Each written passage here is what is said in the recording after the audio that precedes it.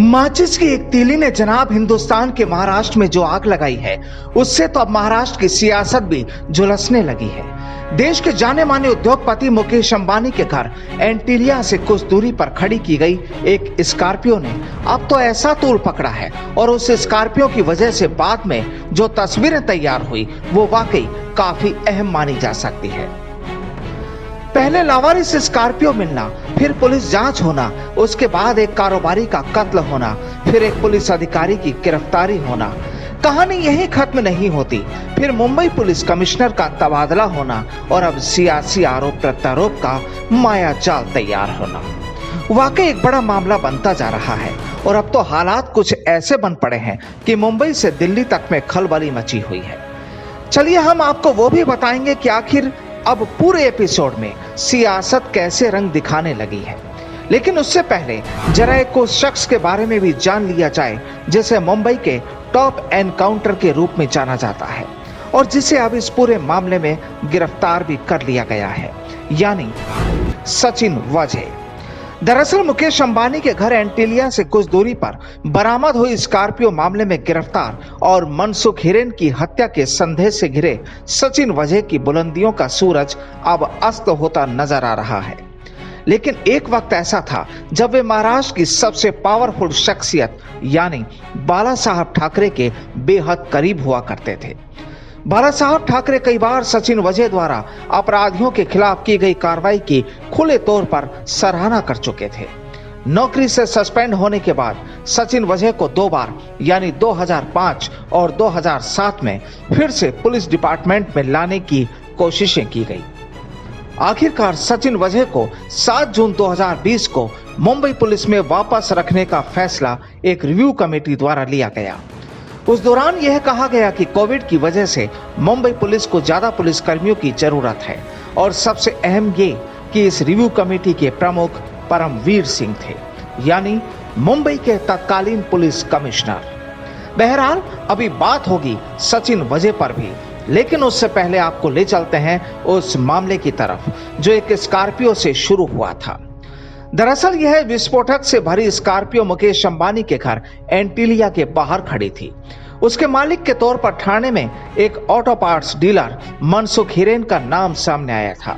उसने पुलिस को इस बात की जानकारी दी थी कि जो कार मुकेश अंबानी के घर के बाहर खड़ी थी वो इस घटना से 1 हफ्ते पहले ही चोरी हो गई थी। इसके बाद 5 मार्च को मनसुख हिरेन को मुंबई में एक नाले में मृत पाया गया था। मनसुख हिरेन की पत्नी विमला हिरेन ने पति की हत्या के पीछे सचिन वाजे का हाथ बताया था। विमला हिरेन ने दावा किया कि पति ने नवंबर में पुलिस अधिकारी को एसयूवी दी थी, जिसे उन्होंने फरवरी के पहले सप्ताह में वापस कर दिया था, जिसके बाद महाराष्ट्र एटीएस ने भी इस मामले में हत्या का केस दर्ज किया। आखिर मामला एनआईए के पास पहुंच गया और फिर एनआईए की जांच में कई खुलासे हुए।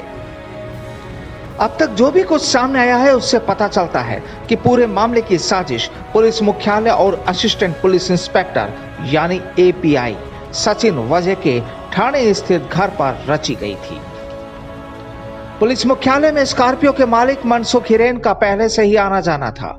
एनआईए को यहां से एक वीडियो रिकॉर्डिंग भी मिली जिसमें वाजे और मनसुख एक ही कार में बैठकर जाते दिखे। सामने यह भी आया कि इस बात के पुख्ता सबूत मिले हैं कि अंबानी के घर के बाहर विस्फोटक से भरी स्कॉर्पियो रखने की साजिश सचिन वाजे ने ही रची थी। यह गाड़ी 25 फरवरी की रात मुकेश अंबानी के घर के बाहर पार्क की गई थी।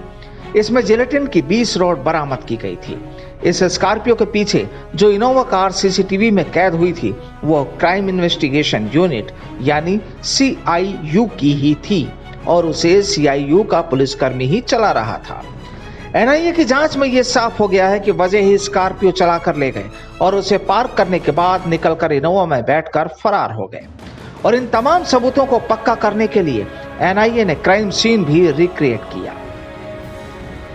बहरहाल अब इस पूरे एपिसोड के बाद यहाँ की सियासत भी गर्मा गई है। दरअसल इसी बीच महाराष्ट्र सरकार ने मुंबई पुलिस कमिश्नर परमवीर सिंह का तबादला कर दिया और फिर जो कुछ हुआ वो चौंकाने वाला था। दरअसल मुंबई पुलिस के पूर्व पुलिस कमिश्नर परमवीर सिंह ने महाराष्ट्र के गृह मंत्री अनिल देशमुख पर कई गंभीर आरोप लगाए हैं।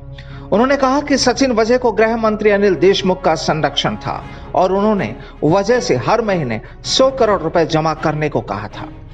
परमबीर सिंह ने चिट्ठी में यह भी कहा कि अपने गलत कामों को छुपाने के लिए मुझे बलि का बकरा बनाया गया है।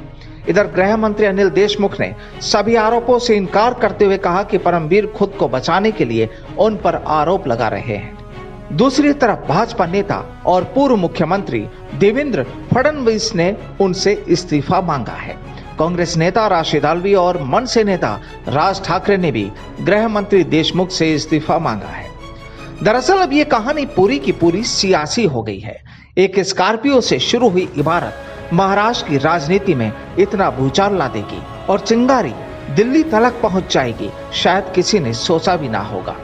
लेकिन इन हालातों को देख फिलहाल लगता तो यही है कि अभी तो पिक्चर शुरू हुई है मेरे दोस्त। Bureau report, the fact India.